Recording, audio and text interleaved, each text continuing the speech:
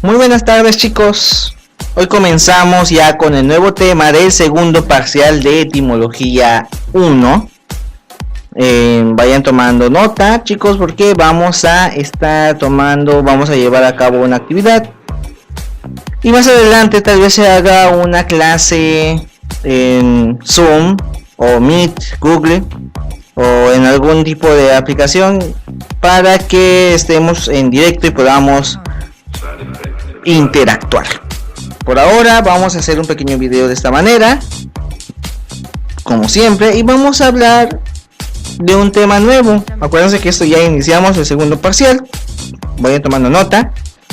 Y el tema de hoy es la gramática latina. Y sí, vamos a empezar a ver las primeras vestigios del latín. Luego vamos a ver lo que viene siendo las reglas gramaticales, el uso de estas palabras, y vamos a tratar de formar y traducir palabras del latín. Porque en etimología 2 vamos a ver griego. Así que esta viene siendo la primera parte. ¿Ok? Y vamos a hablar como parte del latín. Vamos a iniciar con un poco de su historia, de cómo se fue formando. Por eso se llama gramática latina, pero la primera parte viene siendo la lengua latina o el nacimiento y desarrollo del latín. Y vamos a recabar un poco de información. Hay que recordar que viene de la familia indoeuropea. Si se acuerdan que hicimos un pequeño arbolito con la familia indoeuropea, en donde vimos el céltica, lo que viene siendo la anglosajona, etcétera, etcétera. Les dije que existían muchas más ramas, pero no las pusimos todas ahí porque no iba a caber en la imagen. Y les dije que aquí vamos a hacer una ya específicamente de latín, pues es esta. Y hay que recordar que la indoeuropea fue cuando los inmigrantes indoeuropeos llegan a Italia. Bueno, a lo que viene siendo la bota itálica, la zona en la que está conformada la geografía de él. Y ahí surge lo que viene siendo el centum. Esto al entrar en contacto con otros pueblos establecidos en la península itálica. Los contactos de estos pueblos entre sí y los pobladores autóctonos dan como resultado un intercambio de influencias culturales y lingüísticas que van moldeando las distintas lenguas. Esta diversidad de pueblos y lenguas con el transcurso de los años dejan de existir para dar un paso a una unidad política lingüística que se va formando dentro de varios vestigios en la región de Lacio, próxima de la desembocadura del Tíber. Se va formando una llamada pequeña aldea, entre muchas otras, en donde se identifican las siguientes. Por ejemplo, bien la griega y la itálica o helénica, la germánica, la celta, la Anatolia o Anatolio y el tocario. De aquí vamos a identificar solamente la itálica porque estamos ahorita llegando a esta zona itálica. Ahí aparece la pequeña aldea que mencionamos llamada Roma, en donde Roma pues se hablaban las lenguas romance. No porque sean románticas, sino simple y sencillamente porque se hablan en Roma. Antes que vengan con el chiste de que es porque son muy románticas. No. ¿Ok? Y pues los restos de pueblos itálicos empezaron a hablar sobre ello. De la lengua de Roma, en los tiempos primitivos, se conservan tan solo algunos documentos escritos de carácter no literario. Y se trata fundamentalmente de documentos oficiales con cantos, rituales litúrgicos y textos de alabanzas de familias nobles. Como vaya formando lo que vaya creciendo el tiempo, a medida de que el poder de Roma se va extendiendo, el latín se depura. Aparece lo que viene siendo el oscuro umbro y el latín que nosotros vamos a estar trabajando. Bien, ya depurado el latín, se empieza a perfeccionar. La victoria de Roma requiere la inmortalidad literaria y los modales a la vista de otros países, otros lugares como Grecia, que ya formaban parte del Imperio Romano, y empezaron a marcar cánones o algo que ya era segura, al tiempo que se consolida el latín como el instrumento adecuado para la expresión literaria y se inicia un proceso de dispersión o de fomentación de este latín literario. Se forman otros aspectos, por ejemplo el latín como está ya, da paso a otras lenguas romance, otras evolutivas de ellas que identificamos como el castellano, el catalán, el gallego, el francés, el portugués, el romano y el español.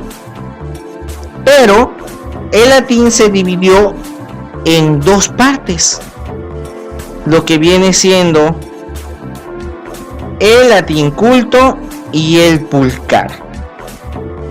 Bien,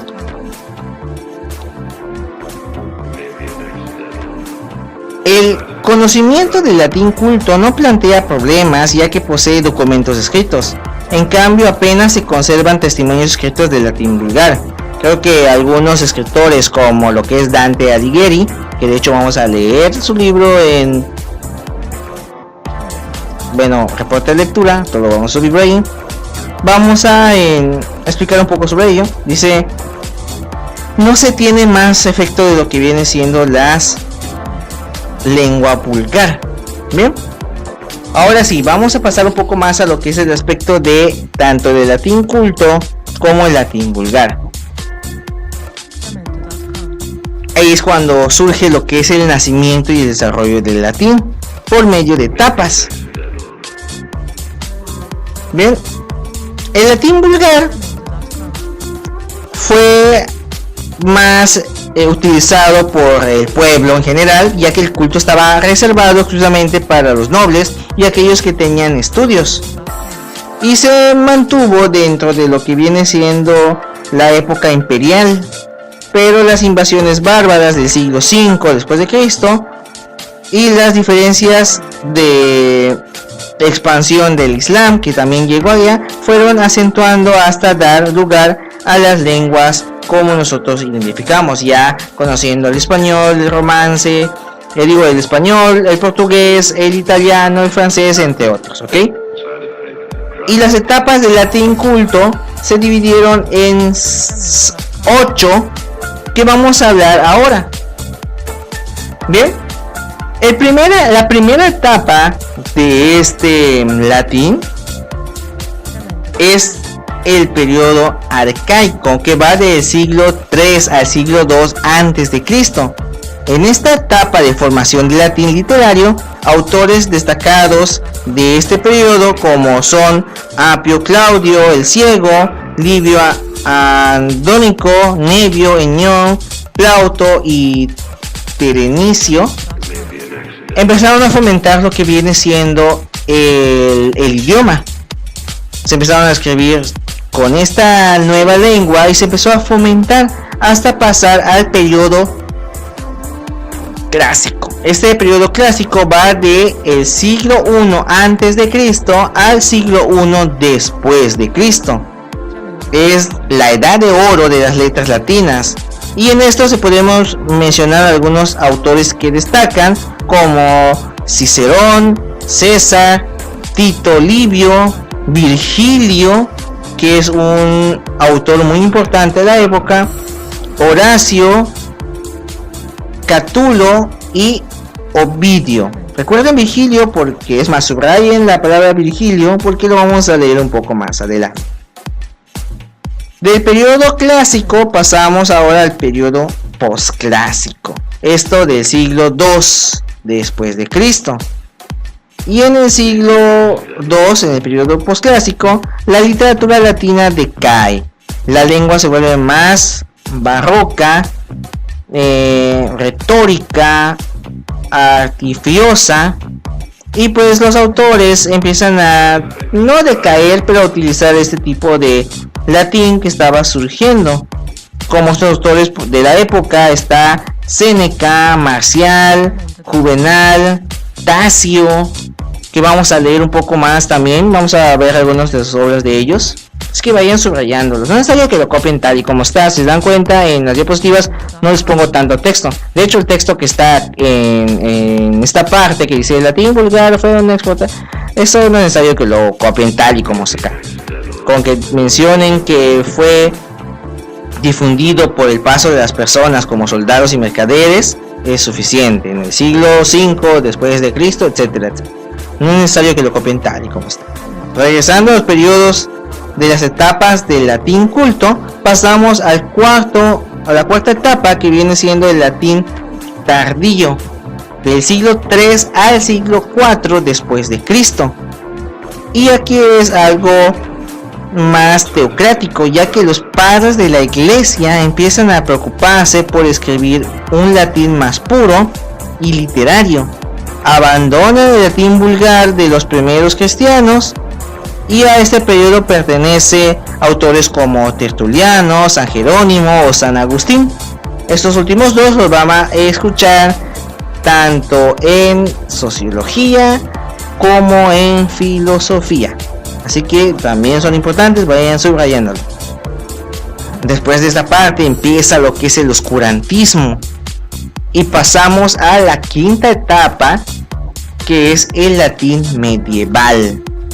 Ya el latín medieval, como sabrán, pues está prácticamente a inicios del siglo VIII, del siglo VII.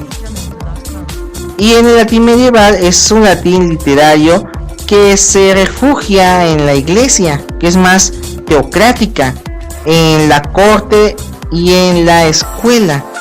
Mientras que el latín vulgar todavía continuaba su evolución a un ritmo acelerado. Gracias al latín vulgar se formaron las idiomas que ya hemos mencionado, como el portugués, el español y el italiano. Por eso muchas palabras entre estos idiomas se entienden. ¿Han visto algún video donde está hablando un italiano o un portugués? Y les apuesto que pueden entender por lo menos un 30% de lo que dice. Los demás lo adivinan o de plano no lo entienden. Bueno, el latín se convirtió en un vehículo de comunicación universal de los intelectuales en la época medieval. Gracias a eso se empieza a fomentar más el latín y se empieza a utilizar para muchas otras cosas. Tras terminar lo que es la Edad Media, el oscurantismo, surge ahora lo que es el latín renacentista, ya en el siglo XV y XVI. En el Renacimiento, la mirada de los humanistas se vuelve hacia la antigüedad clásica y el uso del latín cobró nueva fuerza. Acá mencionamos a Petrarca, Erasmo de Rotterdam, Luis Vives, Antonio de Nebrija y muchos otros que escriben sus obras en latín, además de su uso en sus propias lenguas, porque en esta época se empiezan a crear y se empiezan a fomentar lo que son las lenguas que mencionamos. Ya aparecen ciertas zonas geográficas en donde podemos identificar en qué partes se habla español, en qué parte se habla italiano, en qué parte se habla francés, etcétera. Bien. Ahora bien, llegando un poco más al siglo VIII, parte de lo que nosotros conocemos como la Ilustración, surge la siguiente etapa de latín denominada latín científica o latín científico.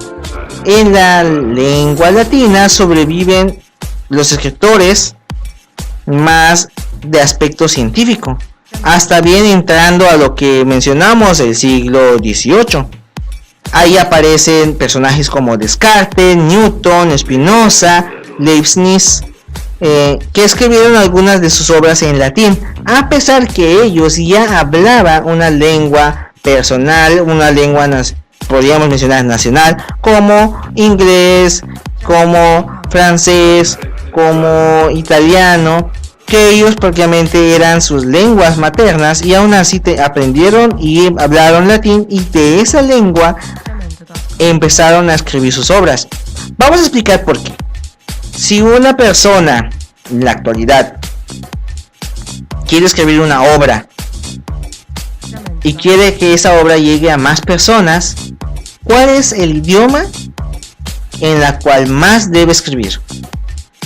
En la actualidad sería el inglés. ¿Por qué? Porque casi todo el mundo habla en inglés, no como su lengua nacional, pero pues lo entiende.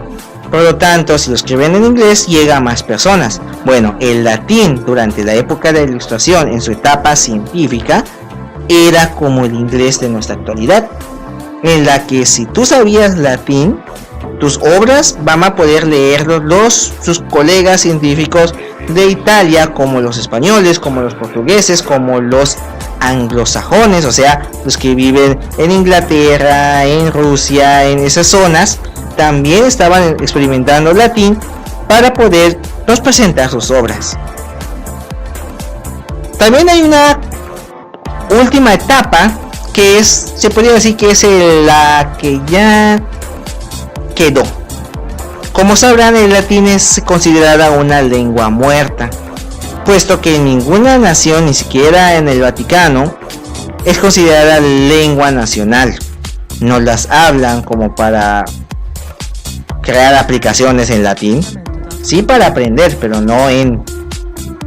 Y se quedó literalmente rezagada en una pequeña zona, a la que identificamos como la última etapa del latín, el latín eclesiástico.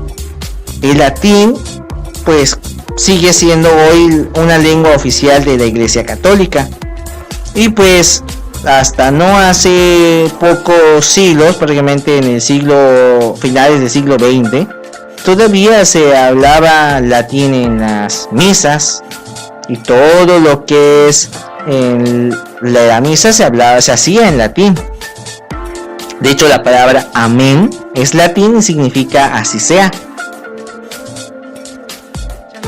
La palabra rip, que salen en los ataúdes o en las lápidas, significa descanse in pace, que es descanse en paz en latín. Y así otras palabras que vamos a significar, como seculan seculorum, que quiere decir por los siglos de los siglos. Y prácticamente se quedó rezagado solamente en esa última zona, que es la eclesiástica. Actualmente solamente muchas personas hablan latín, pero ya solo como para manifestar que eres muy inteligente, como para saberlo. No es como que vayas a una entrevista de trabajo y te digan, no te podemos contratar porque no hablas latín, que es lo primero que piden, que hables inglés. Sin embargo, es muy importante porque, como algunas en las clases anteriores mencionamos sobre las importancias de la etimología, es aprender cómo, por qué y de dónde vienen esas palabras. Por eso lo seguimos aprendiendo, por eso no se ha olvidado, pero no es como que lo hablemos demasiado. Bien.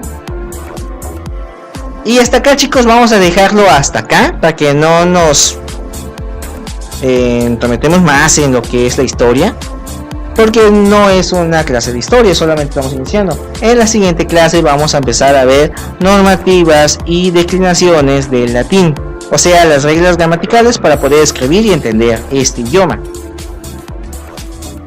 Así que nos queda mucho camino que recorrer y de seguro ni siquiera nos va a alcanzar completamente el tiempo, y menos si solamente lo vemos una vez a la semana, cuando realmente debemos verlo hasta 3.